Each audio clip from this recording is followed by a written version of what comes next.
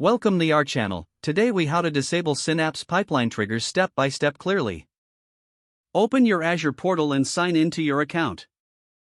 Navigate to your Synapse workspace from the dashboard. In the left-hand menu, find and click on Integrate.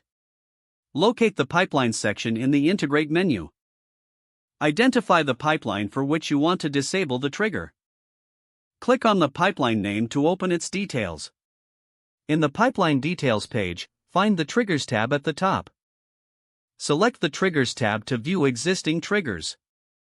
Locate the trigger you want to disable from the list. Hover over the trigger you wish to disable, and click on the ellipsis icon. From the drop-down menu, select Disable. A confirmation dialog will appear. Confirm your action to disable the trigger.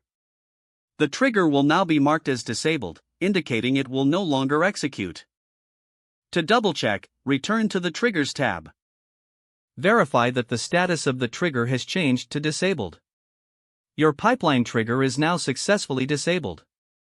If the page does not load, refresh the browser or try again in a private or incognito window. Make sure you are using the correct email address, then retype it carefully to avoid small typos. If your password is not accepted, use the reset option and create a new strong password you can remember.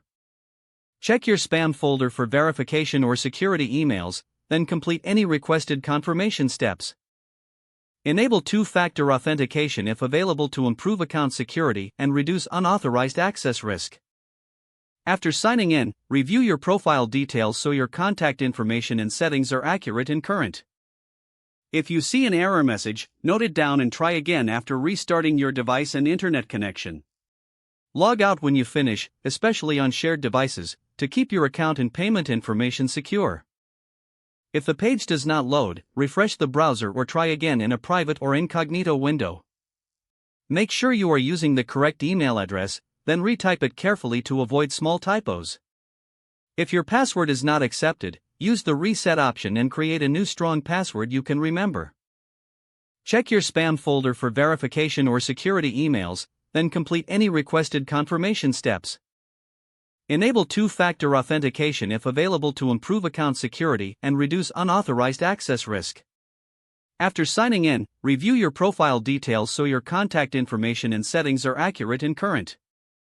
Don't forget to like this video and subscribe to our channel for more step-by-step tech guides.